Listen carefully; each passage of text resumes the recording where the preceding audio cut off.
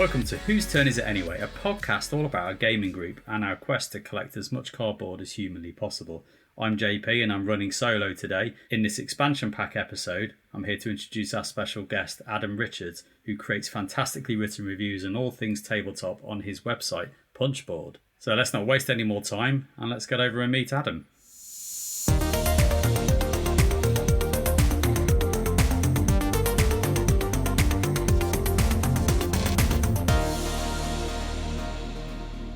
So great, Adam, thanks for joining us on the show this evening. It's great to finally meet you. I know we've been speaking a lot on the old Gaming Rules Slack channel for quite a few months, haven't we? Yeah. So face to name or video to name. No, anytime, yes, that's right. Anytime. So yeah, for those that haven't heard of you before or haven't heard anything about what you do, if you tell our listeners all about yourself, that'd be great. Yeah, sure. My name's Adam. I'm somewhere in my 40s and I live down in Cornwall in the UK. And the reason I'm on here is because I run a written board game review site called Punchboard. That's about as exciting as it gets.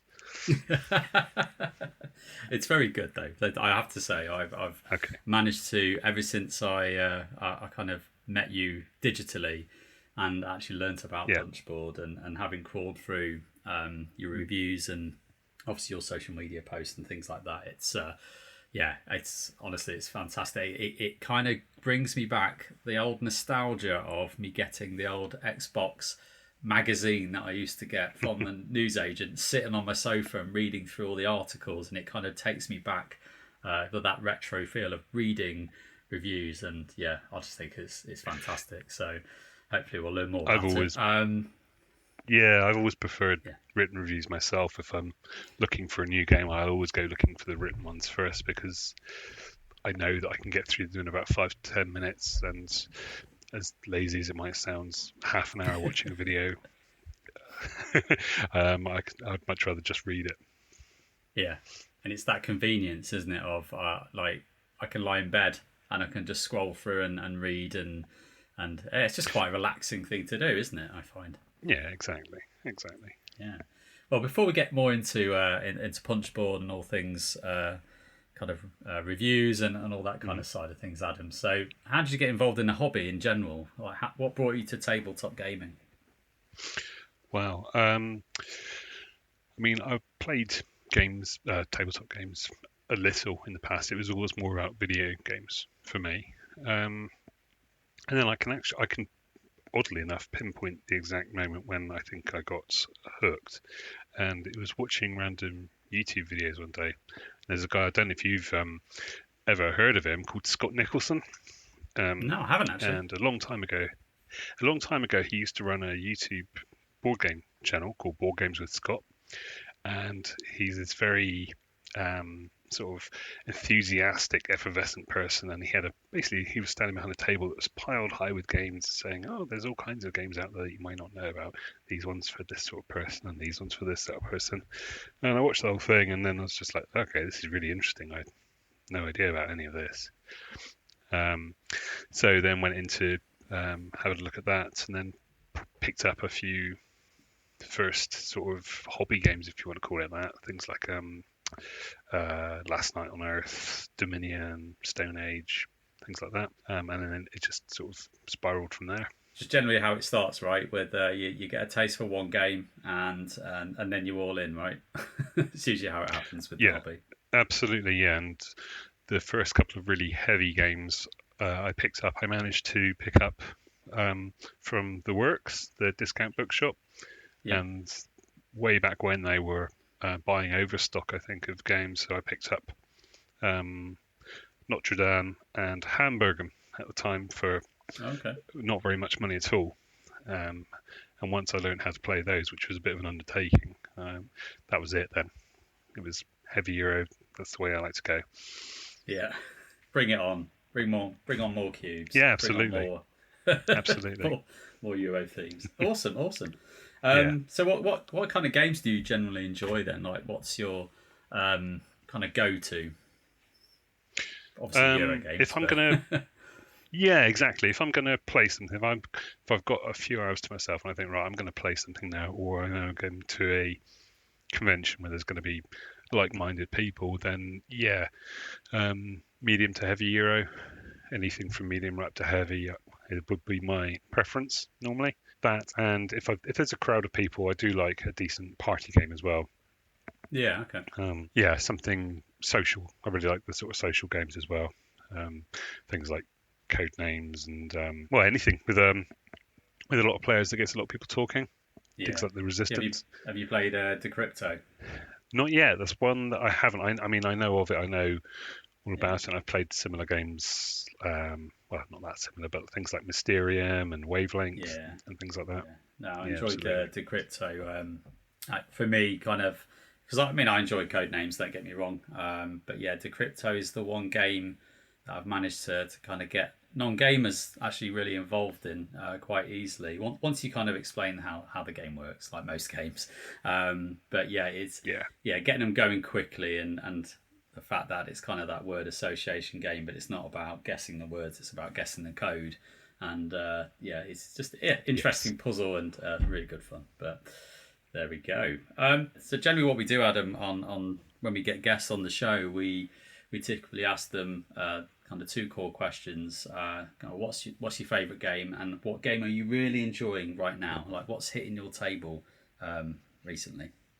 Oh, it's always a hard one. Tricky. Favorite game gets difficult because some of my favorites are favorites as much for nostalgia as being perhaps the best game. So the ones I mentioned before, for example, Stone Age and Dominion, I will always love and I will always keep because they were two of my sort of forays into the hobby.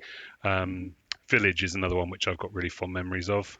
The Inca and Marcus brand, before they started doing the Exit series of games that they're better known for. If you haven't played it, it's a brilliant Euro with it's a worker placement, but it's got a really interesting death mechanic in it, where your meeples get old and then die, and there's even advantages in taking the best spots in the graveyard and things like that. So that game, if you do ever pick that game up, it's got a hideous amount of stickering on the meeples, but it's worth it. More recently, then I really enjoyed Hadrian's Wall from Garfield last year. Is the sort of heaviest something and flip and right in this case that I've played, and is very addictive and very easy to understand. It looks hideous at first. It looks like a spreadsheet, but once you start playing the combos and everything in it, it feels like a full-on sort of Euro game with tons of routes to victory. So that's absolutely brilliant. Then I've gone down the sort of the coin games. I don't know if you're played or aware of the coin games from GMT. Yeah, I've played. Is Twilight Struggler technically? Yes. Is that a coin game? Yeah, I played Twilight Struggler. Is it? No, it's it's related. It's driven by that event deck. Distant cousin. So the one I'm playing, Cuba Libre at the moment, which is regarded as one of the lighter ones, with some guys from the Gaming Rules Slack channel. We play asynchronously on Vassal, and it's brilliant. It's absolutely brilliant. It's really, really enjoying that. And then over this week, I've had a Kickstarter which I backed a couple of years ago now. Ping Yao First Chinese Banks has turned up, and really, really enjoying that. It's a Chinese designed and published, so fully Chinese game that's finally had an English version published. Yeah, not heard of that one before. Which is nice. Oh, that sounds interesting. No,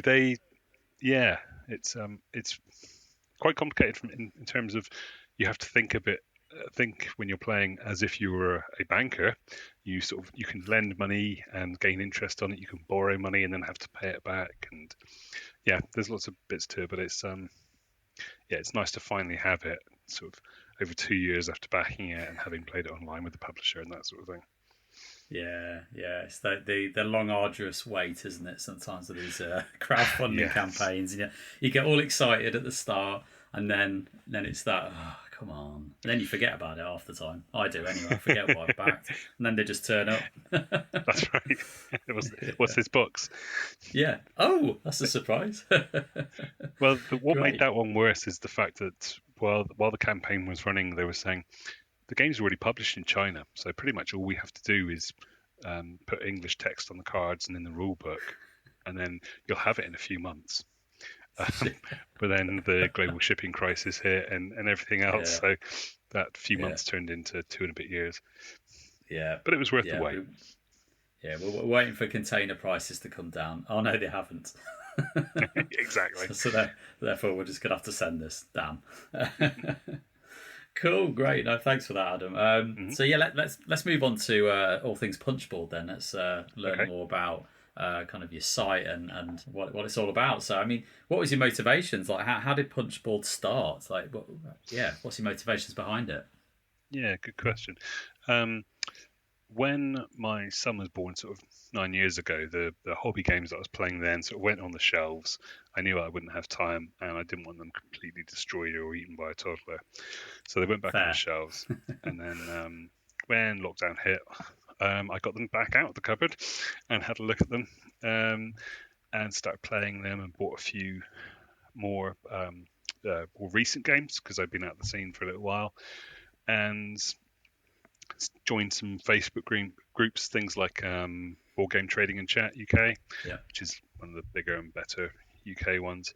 And I found that I was writing about games on there, talking to people, and I like to tinker, and I like technology, playing around with different websites and this, that, and the other. And I thought, I'll put together a little website for myself as a little project, and turn some of these posts into what I was thinking then were proper reviews.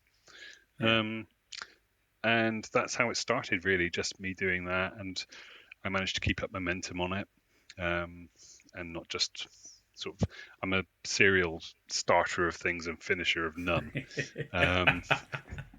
Sounds familiar. Yeah. But this I managed to keep. I've got such sort of enthusiasm for it, and I enjoy it so much that it never became a chore.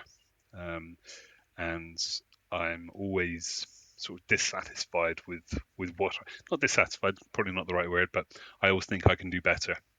Yeah. And so when I'm writing reviews, critical of that's yourself. a good word. Yeah.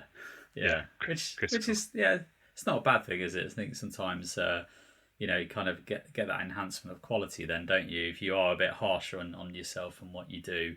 And I mean, having read your articles and read your stuff, I love the kind of flair that you add in.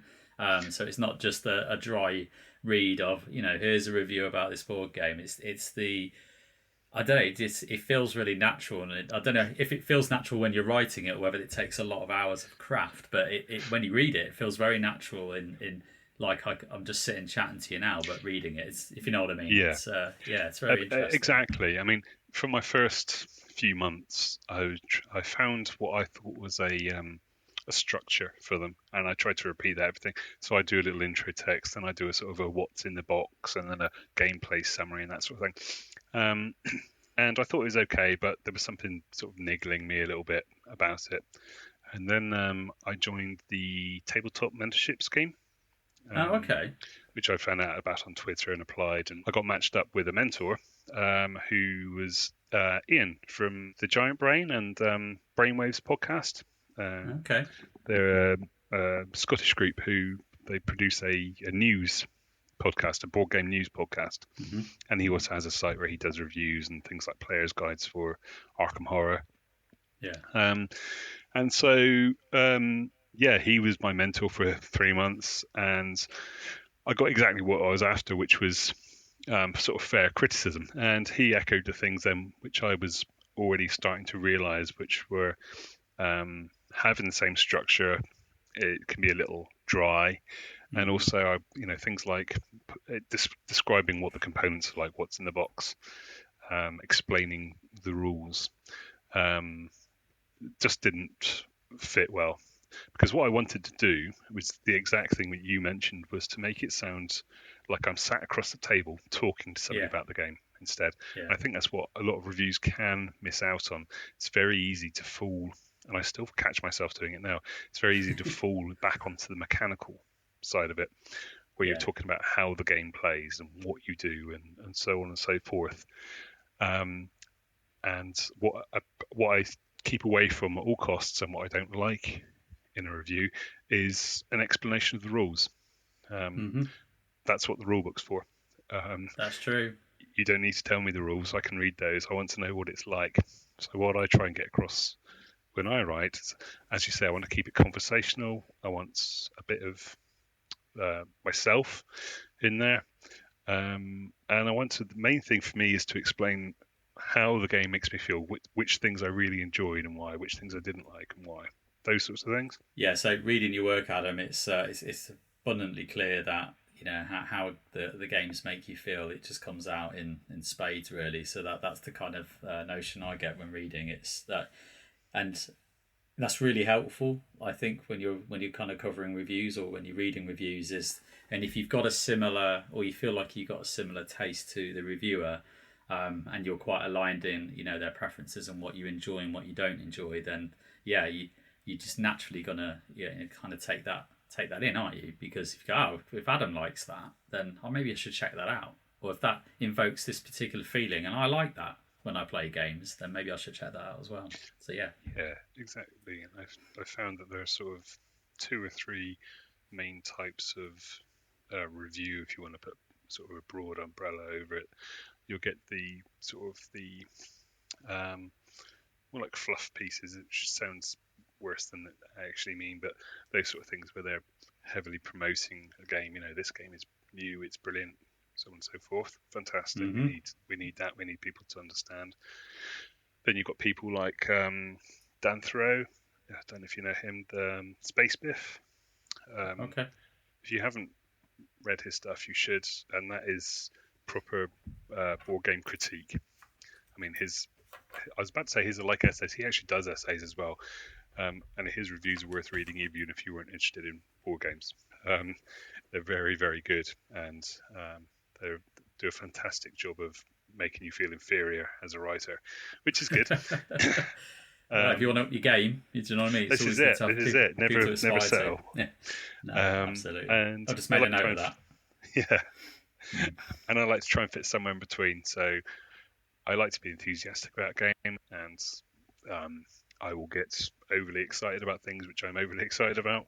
But at the same time, I do like to do some editorial pieces and just things that are going on in the industry, and aside pieces. I did a big piece about how I found solo board gaming helps me. Oh, nice.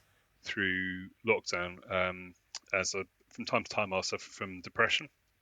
Okay. And there's a lot of people, obviously, now with various degrees of mental health issues, and people are more aware of it now and more open to talk about it. Yeah, definitely. And I found them very, very good for my mental health during the lockdown, and a lot of people suffered. So I wrote a piece about that, and I ended up getting it published in a magazine. Nice. It was kickstarted. Yeah, so it was quite nice it's always nice to feel validated, I think. Yeah, especially kind of getting that recognition. Do you know what I mean? And getting it into that publication. Yeah, I bet that felt great. But I agree with the solo gaming aspect. I think I solo game. Actually, there's not many people in my gaming group that do. They tend to think it's more hassle than it's worth getting the stuff out onto the table, setting the games up and doing that. But actually, I quite personally like just shutting everyone out for a night and I want to talk to myself, right? I want to talk to myself over the moves I need to do and just keep things simple, because the games I play aren't simple. Hence why I'm talking to myself half the time. And like my wife will walk past and just look at me going, oh, God, are you okay? It's like I'm having a kind of a breakdown, like sometimes with the moves that I've got to make. I go, no, why have I done that? But yeah, I think generally it's good to escape, isn't it? I think solo gaming is a good way of escaping, just like you would do if you just put a film on, or if you want to play a computer game or whatever. It's just good pure escapism, which is just brilliant to do. And the biggest difference I found from something like watching a film or watching the TV or reading a book is that it's not passive. So I find that my mind will wander if I'm just trying to sit watching a film, unless I'm tired, unless I'm fully into it. My mind will wander. I'll start thinking about something else, and I want to do something. Yeah. And I think, I mean, if you've ever suffered with depression, for example, one of the things they teach you, or certainly taught me, was about stopping those cycles of thought, that sort of internal monologue you have. And the thing I found that's great for that is playing games, because for that time you're playing, you don't think about work or health or anything. You're just concentrating on what you're doing. Yeah. And that comes right from the outset of even picking the thing off the shelf, and the physicality of having the box, setting the game up, and all of that, in all those little pieces, all contribute to the larger thing. And for a couple of hours, you are not engaged with the world. And I think that's important, certainly to me. No, it is. I think it's important to a lot of people. And actually, I think this hobby is a fantastic kind of safe space for that mental health, isn't it? Because you can just escape, and you're right. There's no brain space for anything else whilst you're attacking, even a midweight Euro, right? Absolutely. You just haven't got the brain power to think about life and also how you're going to win and beat this system. Absolutely, it's impossible. Yeah, and that's what I noticed actually. I've been to a few conventions since the lockdown lifted, and I remember it striking me when I was at Aircon up at Harrogate's this February or March, whenever it was. And at one point during the convention, I was taking a break between games. I looked around, and there was just a sea of people, and they were all just smiling and concentrating on what they were doing. And sort of for that moment, nobody in the room was worrying about work or what they were doing or any of that stuff. Everyone was just there in the moment with like-minded people, enjoying a distraction, and we're lucky we live in a part of the world where we can do that. So it's very easy to lose that sense of scope or scale of understanding, where you are and what's important. Definitely. That's why I love this hobby. Okay. So kind of going back to Punchboard then. So with your site, do you get kind of review like the latest games? Do you get much support from publishers that are out there to cover their games? Yeah. There's sort of two main avenues. I mean, at first, no, absolutely not, because if you're just someone who turns up on a publisher's doorstep or in their inbox and says, "Hey, I write reviews, can I have some games?" They're politely going to tell you to go away. So where I found a lot of my early help, if you like, in terms of having games to play that I hadn't bought myself, were things like previews of Kickstarters and working with prototypes. And there are a lot of people, especially very small independent publishers, who are looking to get their games out into the world and want coverage. And so if you're sort of an aspiring reviewer, joining the things like the Facebook groups where people connect are brilliant for that. And so I did cover a few smaller games. And then gradually it sort of, I wouldn't say it snowballs, but if you can keep up the momentum and keep doing what you're doing, then the opportunities are there. There are plenty of publishers who are very helpful. So Stonemaier Games were the first ones who ever sent me a review copy of a big published game. Nice. They have a media sign-up form on their page, and if you get picked, then you'll get an email from Jamie himself, Jamie Stegmaier, saying, these are the games that are available at the moment. And it kind of goes from there. So I particularly like to work with UK publishers, especially the indies, where I can. So the likes of Braincrack Games, guys who did Ragusa and Florence. Venice. Exactly, yeah. So those guys are fantastic. Cogito Ergo Meeple. They did the Philosophia games. They've got a new one coming out called Solar 175. Those guys were really are lovely. You know, I've met all these people at conventions now, and it's great to meet them. But the bigger publishers are there as well. AEG, who else? Capstone I've worked with, GMT. Yeah, just the small names then.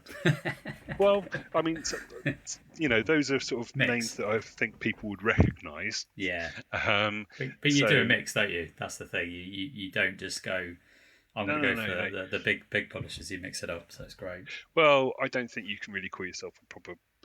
Well, that sounds very gatekeepery of me, but just say it. Well, if you want to call yourself a games reviewer, then you should at least sample the full spectrum. You know, the whole gamut of what you're doing. It shouldn't just be the big £100 plush box full of minis and God knows what else. You should be looking at the small box card games that people are creating, because what I found from doing this is there are so many brilliant games out there that unfortunately people will never see or hear of. So one of the things I like to try and do is give them a voice and a bit of amplification. The likes of I'm trying to think of some examples now. Unfringed Games made a little card game called Zuli, which has been very popular recently. Okay. I had a look at that game early on. It's a brilliant game, and now on Facebook, for example, in some of the bigger groups, I've seen people talking about it and trying to get hold of it. The guys from Stone Sword Games, they originally, I was going to cover a game called Z-Ball, a sort of a combat, a sports PvP card game. Okay. And then they also bought Senjutsu out to Kickstarter. This big samurai hex grids battling thing, and their Kickstarter campaign just went absolutely crazy, and rightly so. It's a fantastic game. You know, and they're now having sort of spin-off games designed by Martin Wallace for it. Wow. So, yeah, the point being, I've sort of rambled away and gone off down several tangents now, I know, but that's fine. There are some brilliant games out there that sometimes you should just take a chance on. Read some reviews, pick up something small and cheap, and see how much play you get out of it for a few pounds. You know, it's always worth trying, I think. So, yeah, I like to try and cover those games as well to give people the opportunity. Perfect. Sounds good. So in terms of is there a kind of a favourite piece of content that you've done, or a series of content that you're like especially proud? Like if you could point anyone that hasn't jumped onto punchboard.co.uk before, like what is your signature piece? Do you have that? That's probably a hard question to answer. It should be harder than I'm finding, actually. I am proud of the piece I did around solo board gaming, which you can find on there relatively easy if you go to the blog category on there rather than reviews, because I think it resonated with a lot of people. If you're looking at reviews, the two I'm most pleased with will probably be for Nemo's War 2nd Edition, which is a solo-only game. I don't know if you played Nemo's War, but I've not played it. I've heard of it. I nearly picked it up once because it's solo only, and I was thinking, should I not? And I haven't, but maybe if I read your review now, I might change my mind. Well, you can play co-op, but it's designed for solo, and the artwork and everything in it is absolutely beautiful. It's all done by Ian O'Toole. Okay, yeah. And the game is amazing, and it's this kind of narrative thing. If you're familiar with sort of the Jules Verne book, you know, the 20,000 Leagues Under the Sea, all the characters from there, all the events are in there, sort of woven into a game. And I wrote a review of that, and I cross-posted it on the Board Game Geek reviews forum before Nemo's War, and sort of said on there, this is the first review I've written on here for however many years it was. Be gentle, and the feedback from it was fantastic. Brilliant. And that was the first one that I've really felt I managed to do that thing of making it sound conversational, trying to get across why I was enthused, why I loved it so much. So that one, and the only other one I'd especially handpick would be a review of Gandhi that I did. Yeah. Okay. The full name escapes me. I think it's something like Gandhi, the Decolonization of British India, 1916 to 1919, something like that. Okay. I'm going to test you later. I'm going to see if you're right. That's a coin game from GMT, and that was the first sort of air quotes proper war game, even though it wasn't really a hex encounter war game, but big GMT game that I played. And I was excited to try them, and it was a real steep learning curve coming from Eurogaming to the sort of the way that wargaming rulebooks are formatted. Mm-hmm. But I did my review from the perspective of a Eurogame fan who was wargame curious. And yeah, I'm really pleased with how that came out in GMT. We're very pleased with it as well. So yeah, if you are curious about sort of the GMT side of it, these coin games, then that's a good review to sort of start with, I think. Nice. And the one thing I would say about those games is that if you are into your heavy Euros, then it's not as big a leap or as alien to the territory as you think it might be. There's a lot of commonality. Okay. Good to know. Good to know. Yeah, I'd say I've never really kind of dabbled in the coin genre. Although there's some people say Root is coin game. I mean, effectively, Root is a war game. I mean, it's got pretty artwork and it's got woodland creatures, but it's very much along the same. And it's very much along the same lines as a coin game. Absolutely, yeah. It would be like a coin light. I'd be hesitant to call it that, but if you've played Root and enjoyed it, then I think you would enjoy coin games. And I would suggest you start with something like Cuba Libre, before moving on to the heavier ones like Pendragon or Gandhi. In fact, good stuff. Good stuff. Has there been any kind of games that you've reviewed that you thought maybe this isn't going to be for me? Maybe you just had that not mindset, but that expectation, and then once you kind of played it, it actually absolutely blew you away, like surprised you. Have you ever had that situation? Well, one that I mentioned earlier, Zuli. It's spelled Zuuli. If anybody's looking for it. I agreed to have a look at it. It was a indie British publisher, and I wanted to support. And it was a card game about making a zoo of animals with very bright, cheery, sort of cartoony artwork on it. And I thought, I'll have a look at it, but I don't expect to be blown away by it. But as soon as I started playing it, I was like, this is really, really good.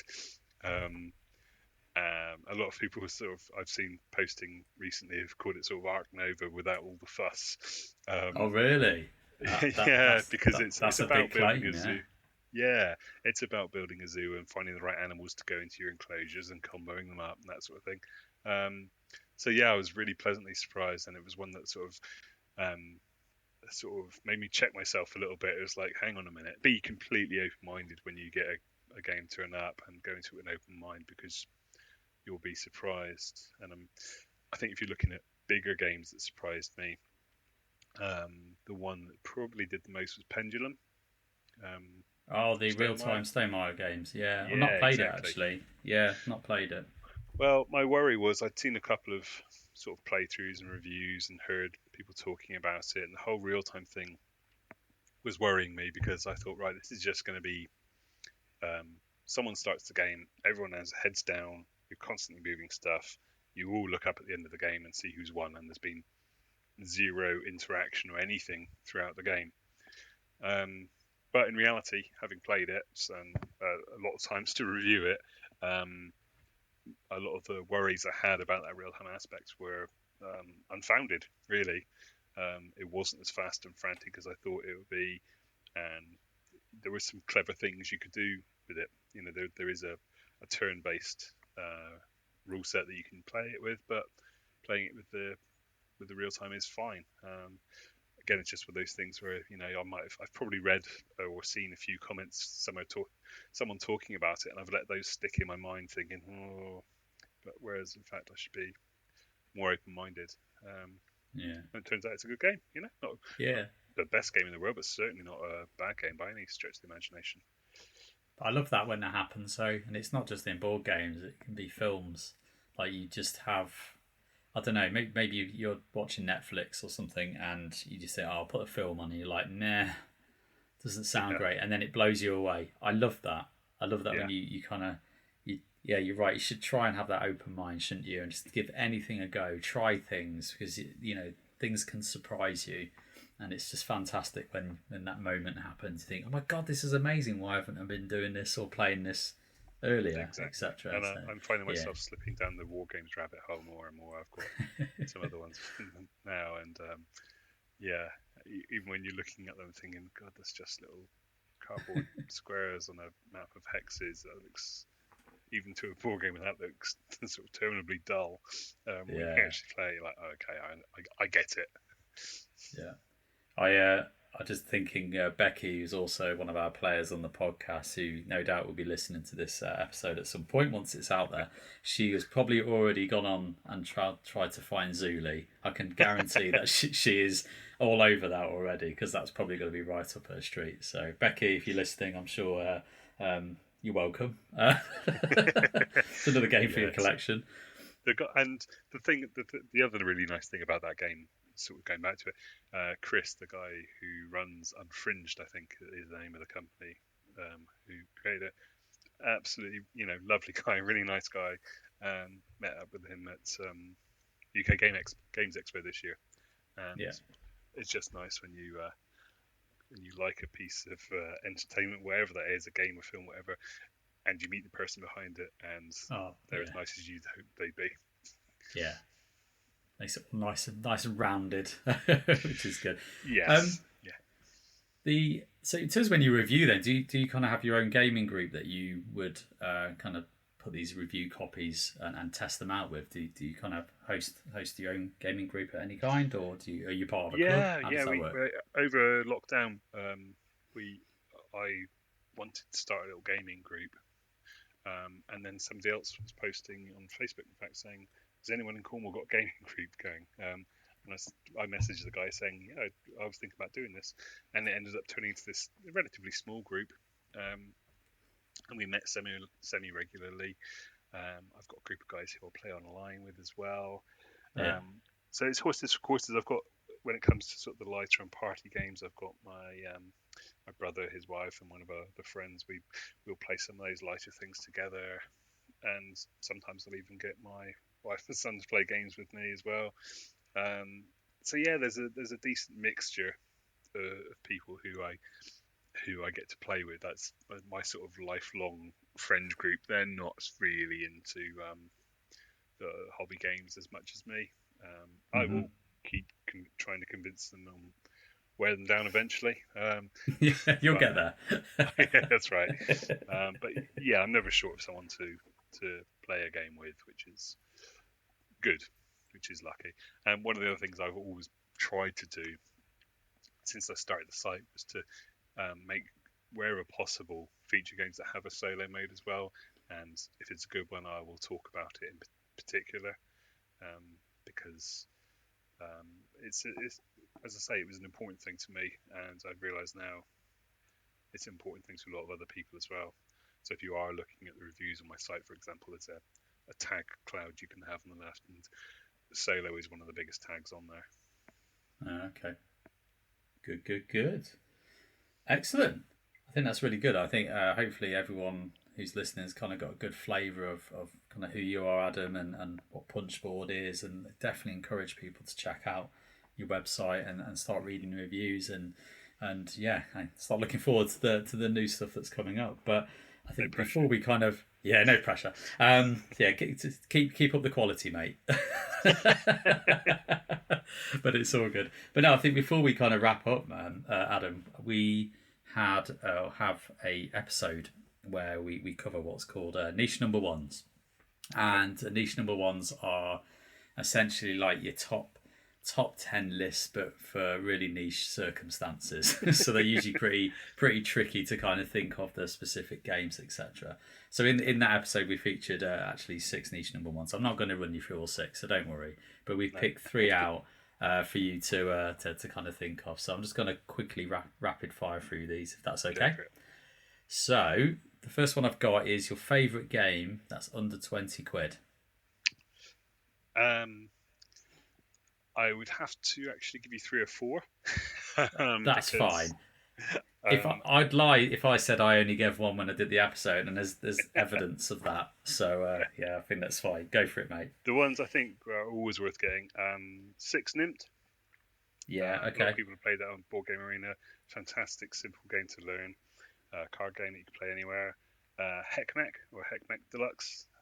The Rainer Knizia game about collecting worms off a grill.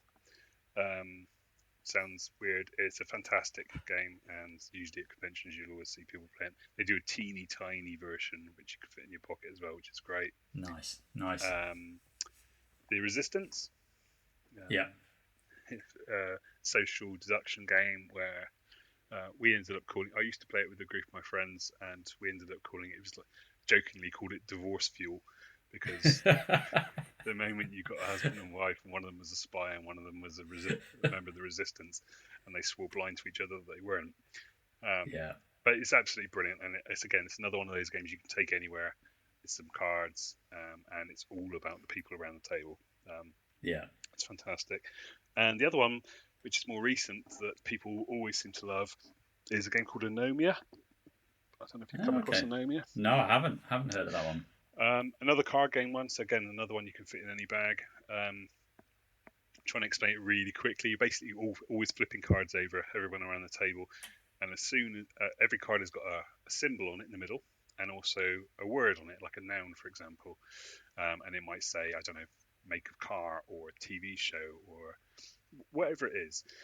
And if the symbol on the card in front of you matches the symbol on the card in front of somebody else, you have to name an example of the thing that's written on their card, and they have to do the same for you.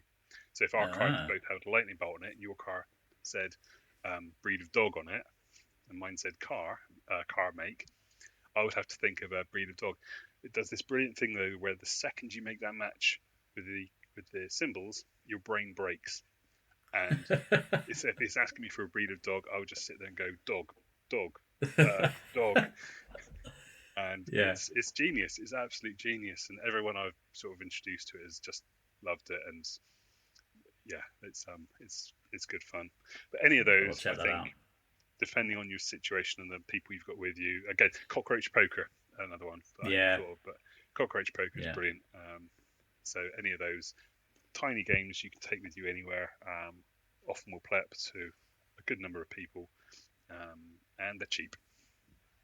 You can't go wrong with them, can you? We've got Avalon, the Resistance version, the Avalon, and we don't play it as much these days, but we've had some heated games of Avalon or Resistance Avalon back in the day. But I agree, it is a fantastic game for what you get in that box, which is basically an enablement set of tools for a good night out, for a fight or heated debates or just people swearing at each other typically. But there we go. Similarly, Coup and Love Letter do the same thing. Yeah, when you guard someone in Love Letter and you get them out on round 1, turn 1, and that's always a sweet victory. Anyone who's played Love Letter just laughed at the thing you said, because we all know how sweet that is. Yeah, it's a lovely moment. It doesn't happen very often, but when you pull it off, because it's purely just guesswork right at the beginning. And when you go, you're the prince, you go, how the hell did you know? Well, I didn't. You can do a bit of logic, but when you get about halfway through the rounds, that's right. Start applying a bit of logic, but it's still reading people as much as anything else. That's true. That is true. Cool. Okay, second niche number 1 then. So your favourite game to play at 2 players, but plays at 5. Oh, blimey. I think there's plenty of games where you could play. They're essentially fully multiplayer solitaire. Things like Hadrian's Wall, for example, it's as good with solo as it is with five. But you're really doing your own thing, and you just happen to be comparing the score at the end. I think the best designer for these sorts of games is probably Uwe Rosenberg. Yeah. And things like Caverna, Nussfjord, Hallertau, Agricola. They have some interaction, obviously, there's like blocking and things like that. But I would be just as happy to sit down and play Caverna, for example, with two as I would with five. It would take a lot longer with five, but I wouldn't lose any particular enjoyment from the game for having fewer players there, which isn't true of a lot of other games. Brilliant. Yeah, I played Agricola long time ago actually, but I thoroughly enjoyed it. Not played Caverna. I'd like to put that on my wish list to give it a go, because a lot of people think they prefer it. You could definitely see the similarities between that and Agricola, and also Hallertau more recently does the same.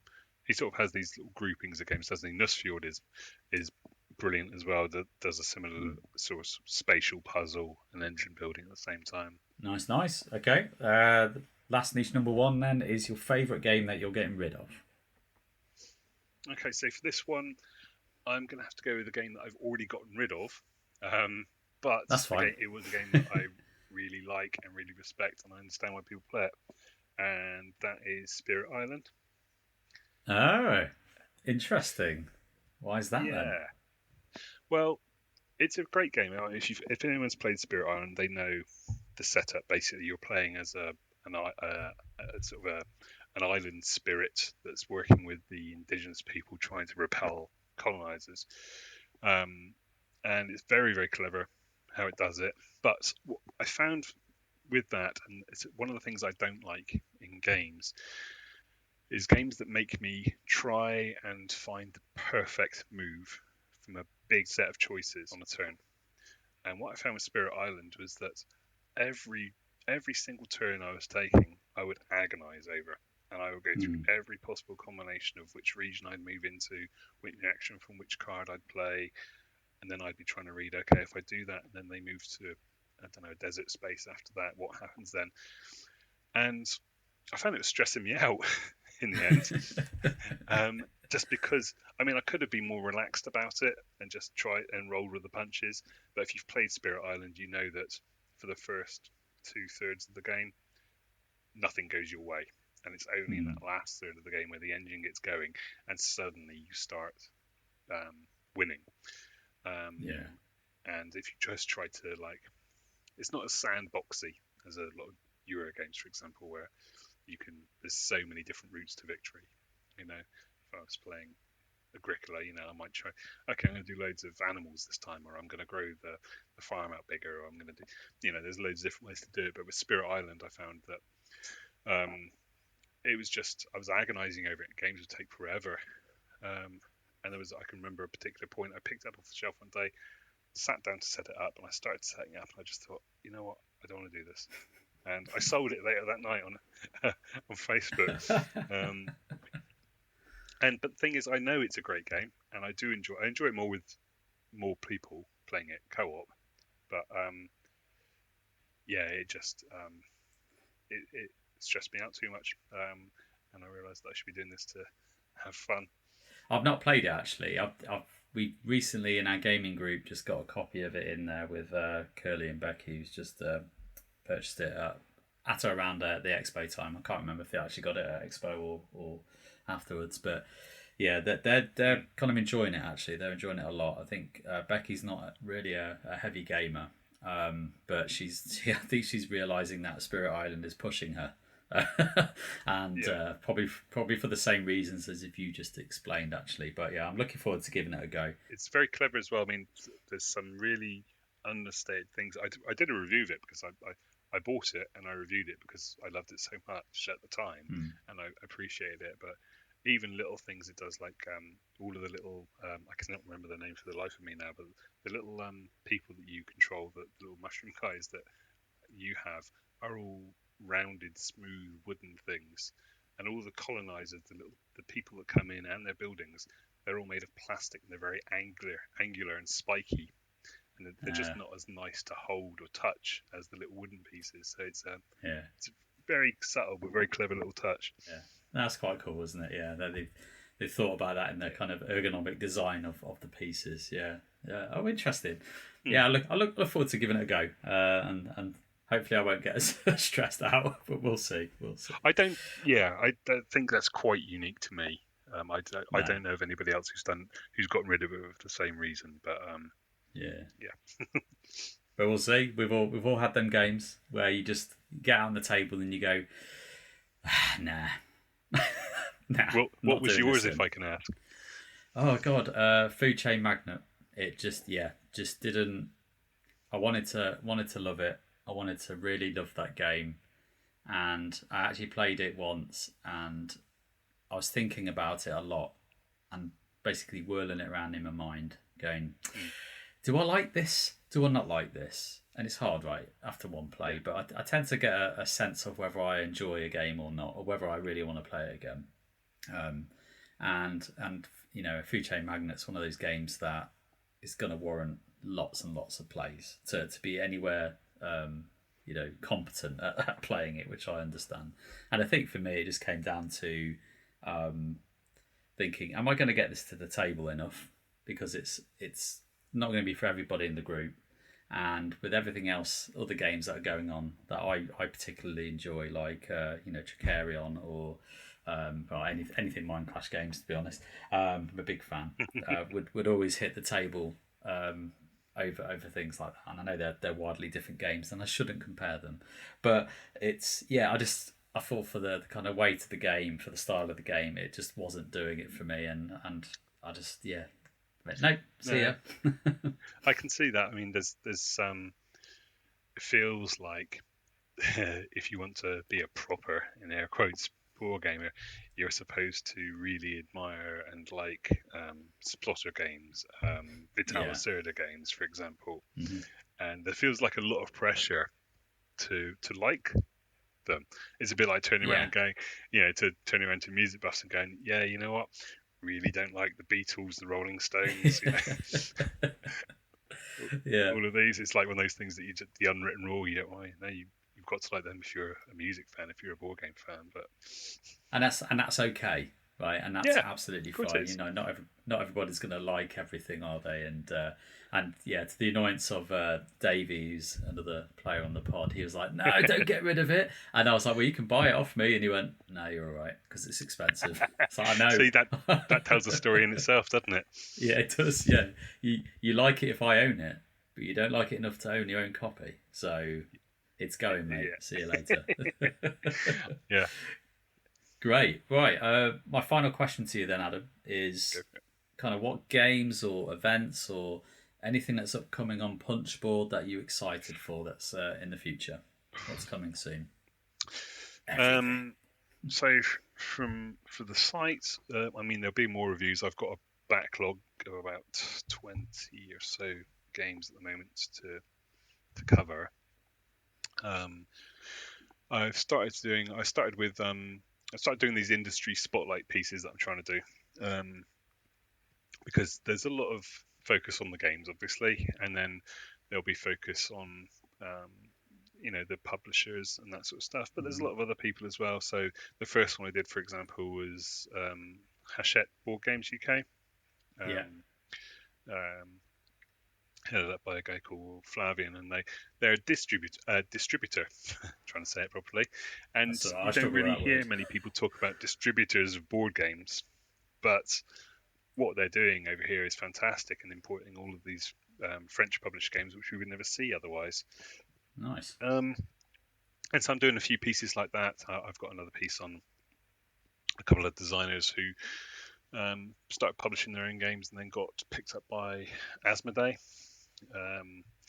which is good. So I'm going to try and do more of these sort of pieces, these board game adjacent pieces, just to try and make people aware of these other people who are out there involved in our hobby. Cool. And I think from an event point of view, the next thing I'm looking forward to a lot is the next GridCon convention from Paul and his Gaming Rules channel up in. I think that one's up. In fact, that's right next to you, isn't it? Taunton this year. It is literally at Taunton, just off for those M5 nerds out there, Junction 25. But yeah, it's literally just literally round the corner. I can get there in 10 minutes, which is brilliant. And when he told me, he said, where are you doing GridCon, Paul? And he said, yeah, I'm gonna do it in Somerset, which is its own joke anyway, because it's obviously Gaming Rules in Devon convention. But he said, I'm doing it at Somerset, just off the motorway. I thought, fantastic. Selfishly. If I'd known that, I wouldn't have booked my Airbnb. I could have come and stayed on your sofa. Absolutely. You could have crashed at ours. I'd have no problem. Saved you a fortune.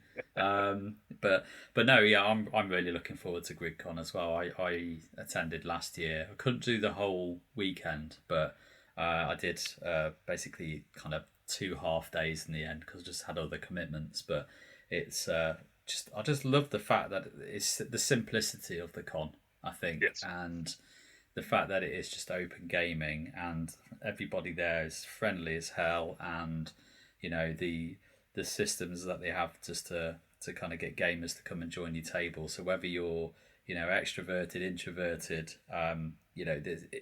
Paul's going to look after you. Like he will make sure that you're gaming within seconds upon your arrival somehow with some people. And you started, and I just loved it. Met so many great people there, and hopefully gonna meet them again, and also meet new people as well. So I'll see you there, Adam.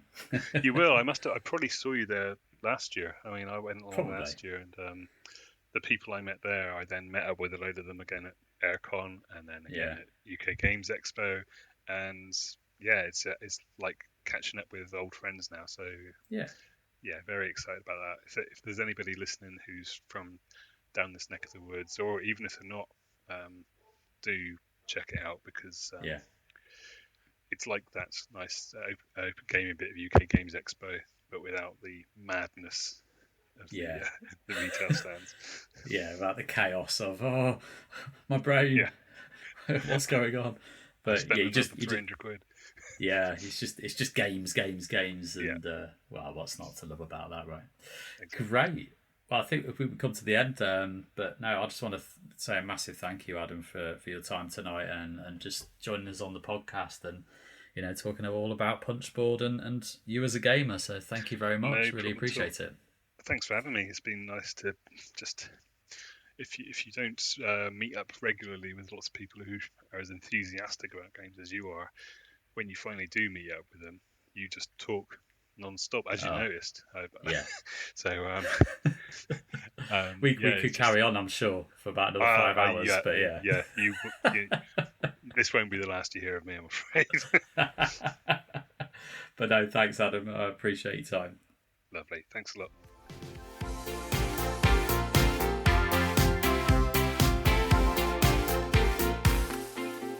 And we're back, and our final turn is wrapping up. If you enjoyed the show, please like, subscribe, and review on your podcast player of choice. And if you want to get in contact with us, you've got various different options, as always. You can email us at players@whoseturn.co.uk, or get us on Facebook, Whose Turn Is It Anyway Podcast, or on our Instagram page, @WhoseTurnPodcast, or check us out on TikTok, @Whose Turn Is It Anyway. And we'll be back again very soon with another episode. So until then, whose turn is it?